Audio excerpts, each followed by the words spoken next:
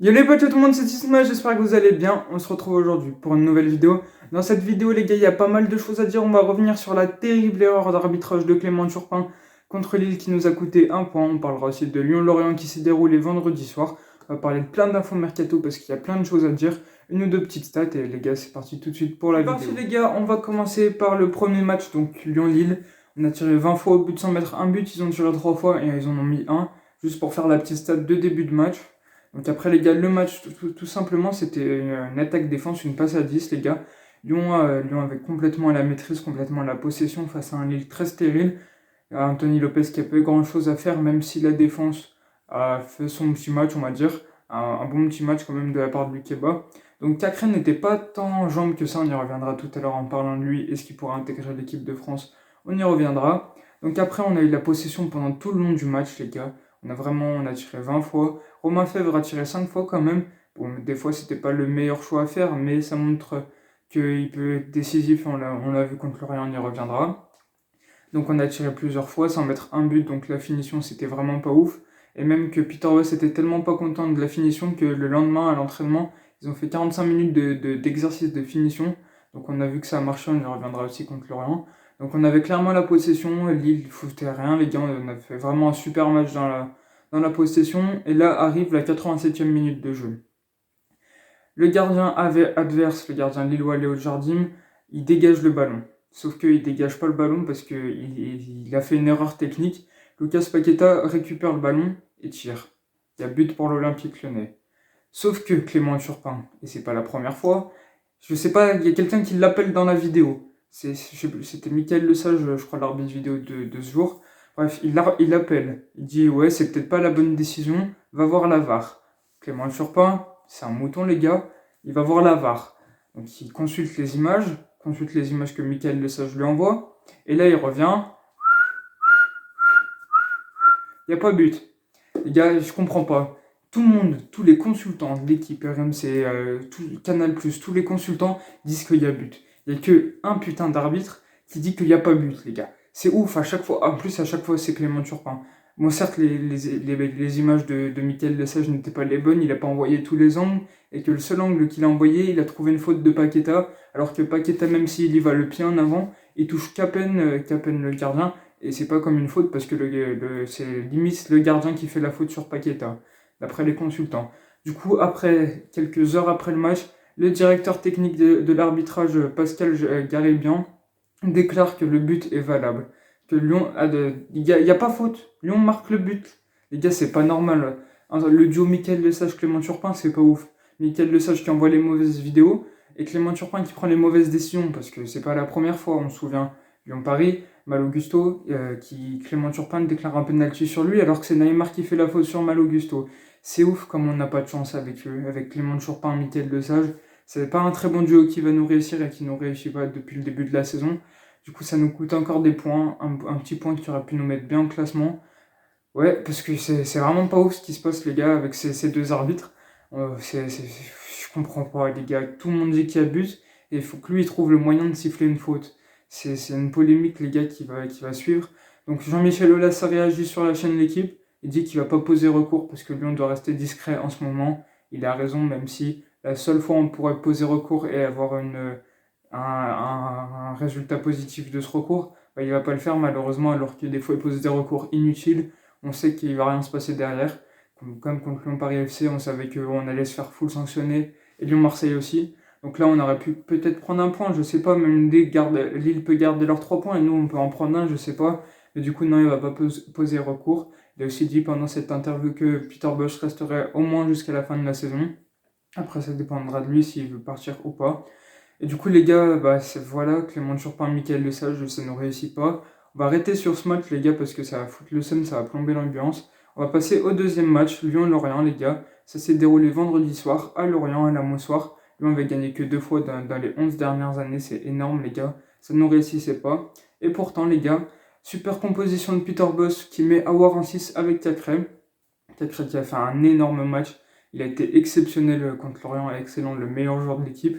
Donc avec une défense, Thiago Mendes, Lukeba et Boateng qui rentraient plus tard dans le match.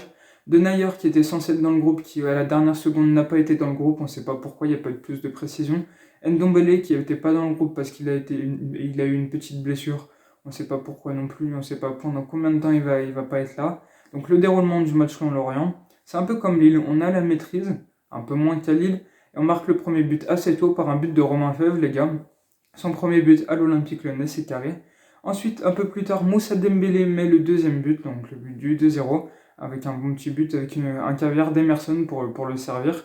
Ensuite, mi-temps, les gars, tranquille, on mène 2-0, on se dit, ah, c'est pas mal, mais il faut faire gaffe, parce qu'à la 58e minute, il y a un Lorientais qui réduit le score. D'ailleurs, c'est drôle, il y a un joueur de Lorient, il s'appelle Lorientais. Bref, voilà, on va passer les jeux de mots et tout, mais vous avez capté. Du coup, il y a 2-1 pour Lyon à la 58e minute, Lorient venait de marquer. Donc on se dit, ah non, pas encore, pas comme contre Paris, pas comme contre Clermont, pas comme contre Nice, on va pas encore se faire douiller. Et finalement, non, parce que Kartoko Ekambi, une minute après, à la 59e minute, met un beau petit but. J'ai oublié que Moussa Dembélé met une majeur, les gars, j'ai oublié de préciser. Mais c'est quand même un super but pour Moussa Dembélé. Et pour finir, 78e minute, Romain Fèvre qui vient inscrire son petit doublé face à face avec le gardien, un petit lob tranquille. Du coup, c'est ce qui fait qu'on gagne les gars le match 4-1. Donc ça nous remet un petit coup de boost au goal average et ça nous remet 3 points qui vont nous mettre en confiance avant le déplacement mercredi à Porto. On est content pour ce petit match, on a bien dominé. On a été un peu moins bon sur le jeu pur que contre Lille, mais en finition on a été clairement meilleur. Du coup on va féliciter l'Olympique Lyonnais et le match de Romain Fèvre qui a été très très bon. Du coup voilà pour la vidéo, voilà pour le match les gars, on va parler des infos mercato, des petites stats et on va voir pourquoi Cacré peut-il jouer en équipe. C'est parti les gars pour la deuxième partie de la vidéo. On commence avec le mercato. On va monter crescendo les gars. Première petite info, Clément Grenier ne re-signera pas à l'Olympique Lyonnais. Donc il a signé officiellement à Mallorca en Espagne pour faire les derniers clubs de sa carrière. On verra ce que ça donne pour lui dans les prochaines années, mais il ne reviendra pas à l'Olympique Lyonnais, c'est sûr les gars.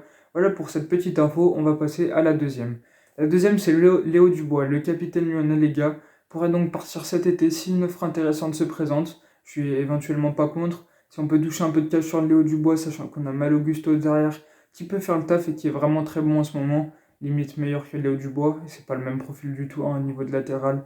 C'est plus offensif avec Mal Augusto, même si Léo Dubois est censé être offensif quand il était à l'Olympique Lyonnais, quand il était arrivé. Mais c'est pas ce qu'on a vu depuis qu'il est arrivé, les gars. Du coup, voilà pour cette petite info. Pourquoi pas le voir partir en échange d'un petit chèque, ça ne me dérange pas.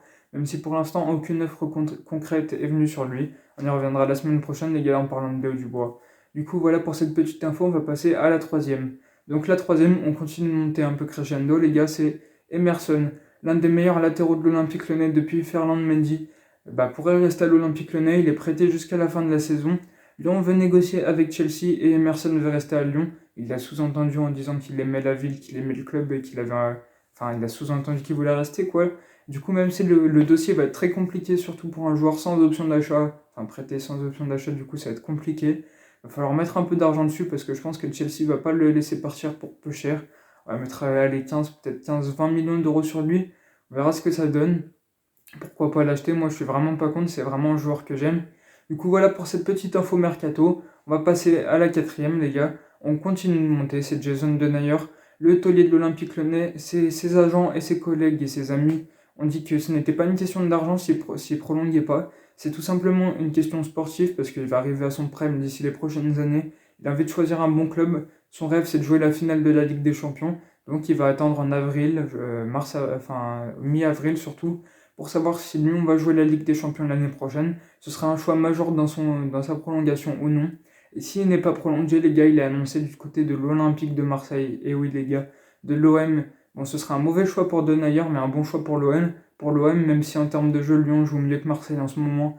Et je suis désolé pour tous les fans de Marseille qui regardent la vidéo. Mais c'est clair que Jason Denayer ne peut pas aller à l'Olympique Lyonnais. Il a annoncé, mais cette info est à prendre avec des pincettes. Donc je pense pas que ça va se concrétiser d'ici les prochaines semaines. Parce que si ça se concrétise, ça va vraiment pas être fou. Surtout dit des exigences salariales de Jason Denayer, même si ses agents disent que non, c'est pas une question d'argent.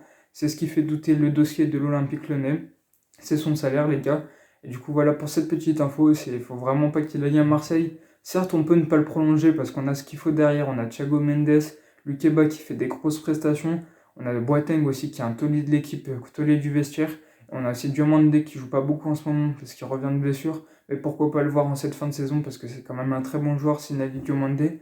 Du coup, voilà les gars pour cette info. Et cette fois, la plus grosse info, les gars, c'est Lucas Paqueta. Newcastle pourrait encore une fois nous voler un joueur, Lucas Paqueta. Il est dans ses petits papiers, quoi. Mais il faudrait vraiment pas qu'il accepte Lucas Paqueta parce que là, c'est la D. S'il part à Newcastle, ça va vraiment être chaud. Et Newcastle serait disposé à mettre au moins 40 millions dessus. Même si non, je pense qu'on va en prendre quasiment 60 dessus parce que Paqueta il partira pas pour moins de 60, je pense, du coup, par rapport à ses performances sportives. Parce qu'il a encore été super bon comme Cacré à Lorient, les gars. Mais Cacré n'est pas annoncé pour l'instant. On ne sait pas s'il va rester ou non. On verra ce que ça donne pour lui aussi. Mais si on doit le vendre aussi, il faudra le vendre très cher, Cacré. Il n'y a pas encore d'offre pour Cacré, les gars. On va pas s'enflammer dessus. Là, on parlait de Paqueta. J'espère qu'il va rester à Lyon des saisons en plus. C'est le maestro de l'équipe, les gars, le maître à jouer. Il dribble, il sait tenir le ballon. Il fait des passes de ouf. Il marque aussi, il marque pas mal. Même s'il n'a pas marqué contre Lorient. Mais il a fait des passes décisives. Les gars, il a fait une passe décisive contre Lorient. Il est décisif. Du coup, voilà pour les infos mercato. Du coup, on va passer aux petites stats, les gars, du coup. Donc, en termes d'académie, cette fois, on va parler d'académie. Donc, l'académie la plus rentable, c'est-à-dire qui touche le plus d'argent en vendant ses joueurs de centre de formation. Les premiers, c'est Monaco, les gars, essentiellement avec la vente de Mbappé pour plus de 160 millions d'euros au PSG, donc c'est pas si surprenant que ça, les gars. Les deuxièmes, c'est Madrid avec une académie toujours performante, les gars, sont toujours dans le top 3 des meilleures académies du monde, le Real, et du coup, voilà pour ça. Et les troisièmes, donc vous l'avez deviné, c'est l'Olympique Lyonnais, qui est toujours parmi les meilleurs centres de formation du monde, si ce n'est le meilleur. Donc il est le troisième club à avoir touché le plus d'argent sur ses ventes. Ça montre encore une fois que l'académie se porte très très bien. Du coup, voilà pour cette petite info. On va traiter la dernière info de la vidéo, les gars. Est-ce que Maxence Cacré peut-il jouer en équipe de France?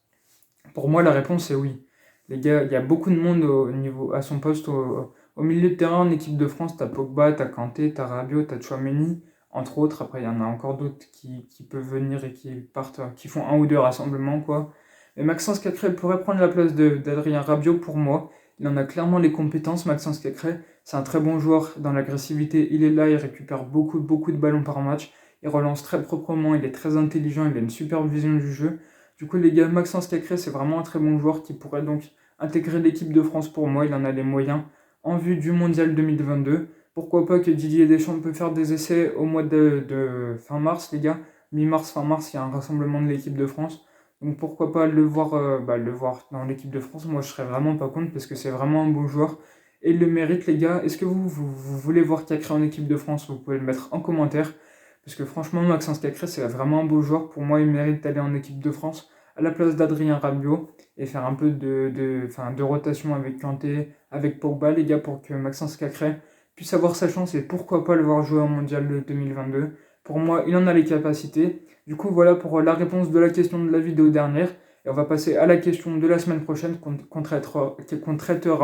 Est-ce que Léo Dubois mérite-t-il vraiment d'être le capitaine lyonnais? Donc je m'en doute de votre réponse, mais vous pouvez la mettre en commentaire. Et vous pouvez aussi mettre qui mérite vraiment d'être capitaine, les gars, vous pouvez le mettre. Du coup, voilà pour la fin de la vidéo, les gars. J'espère que vous l'avez kiffé. Si c'est le cas, on se retrouve la semaine prochaine. N'hésitez pas à liker, à commenter et à vous abonner. Ciao, ciao.